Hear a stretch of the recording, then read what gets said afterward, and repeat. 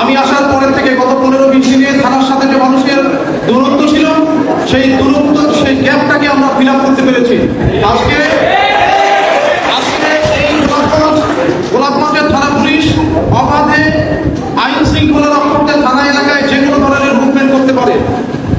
এইটা কিন্তু আপনাদের কারণে, আপনাদের সহযোগিতার কারণে, আপনাদের সহায়তার কারণে।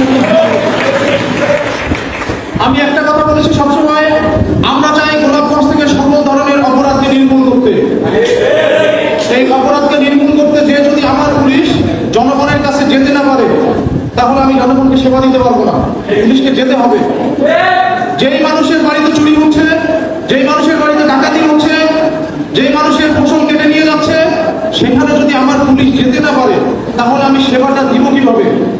সুতরাং আমার পুলিশকে অবাধে সেই জায়গা পর্যন্ত, মানুষের বাড়ির গেট পর্যন্ত যাওয়ার সুযোগটা সৃষ্টি করে দিতে হবে, যেটা ইতিমধ্যেই এই গোলাপগঞ্জের আপামর জনগণ আমাকে সেই সুযোগটা দিয়েছে। আমি ইতিমধ্যেই সেই সুযোগটাকে কাজে লাগিয়েছি। আমি এখানে যোগদান করার পর থেকেই রাত্রিকালীন পেট্রোল আমি ইতিমধ্যেই চালু করছি। সব এলাকায় রাত্রে আমাদের ফোর্স যাচ্ছে, পেট্রোল পার্টি ডিউটি করতেছে, যাতে চুরি ডাকাতি খুব সহজেই আমরা মোকাবেলা করতে পারি।